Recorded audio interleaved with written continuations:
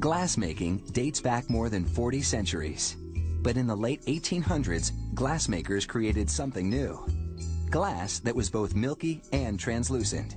They called it opalescent glass. Like its namesake, the opal gemstone, its beauty lies in the way it magically catches the light.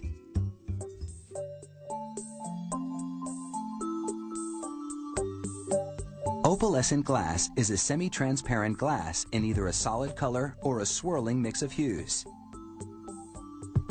Glassmakers create it by melting minerals including silica sand,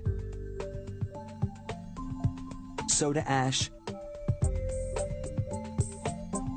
dolomite,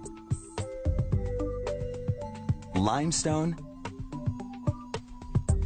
and fluorspar. Adding recycled glass helps speed up the melting process and stretches costly raw materials further. The mix is colored with pigments, in this case cobalt oxide, which gives a distinctive blue tint.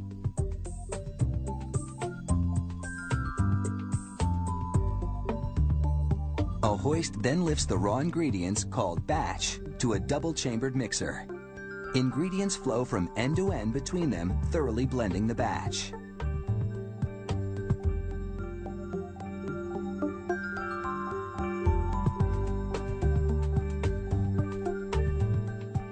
The blended batch now goes via wagon to the beehive, a furnace that contains 12 ceramic pots. The furnace worker shovels the batch into a pot to melt at a searing 2600 degrees Fahrenheit. He pushes any spills back into the pot. Then, to control the temperature inside, closes up the pot's mouth. 24 hours later, workers scoop out the glowing molten glass. With only seconds to spare, they hurry to the mixing table, keeping the glass in motion to prevent it from cooling unevenly on the way. It's critical they cool off the ladles between each use, or the next scoop of glass will adhere to the ladle surface. The ladles they use vary in size, holding between 4 and 40 pounds of molten glass. Workers pour as many as 5 different ladles at once to make a single color. The mixing table is where the magic happens. The table worker picks up one gather of burning molten glass, then another, then skillfully blends them together using a steel fork. He then flips the molten glass into a rolling machine, evening it out as it squeezes through the rollers. Out comes a sheet about 6 feet long and 1/8 of an inch thick. Every 90 seconds, workers fill their ladles with 2000 degree Fahrenheit molten glass. Mixing it on the table helps cool it and blend the colors.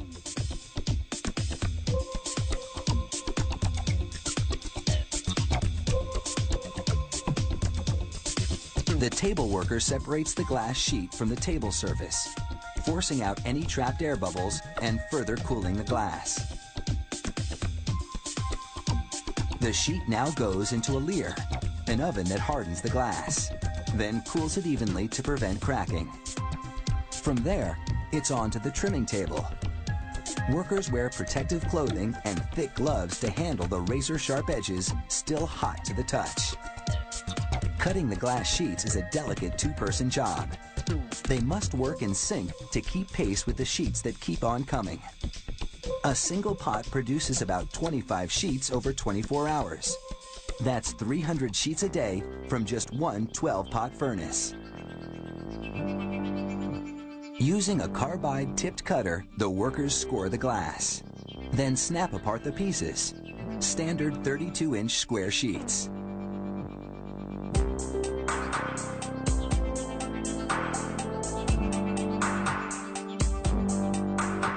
They set aside the excess glass to remelt in a new batch. Finally, the sheets are loaded into crates for shipment all over the world. Just look how artists use opalescent glass to create a feast of pattern, color, and light. Like a painting, only far more fragile.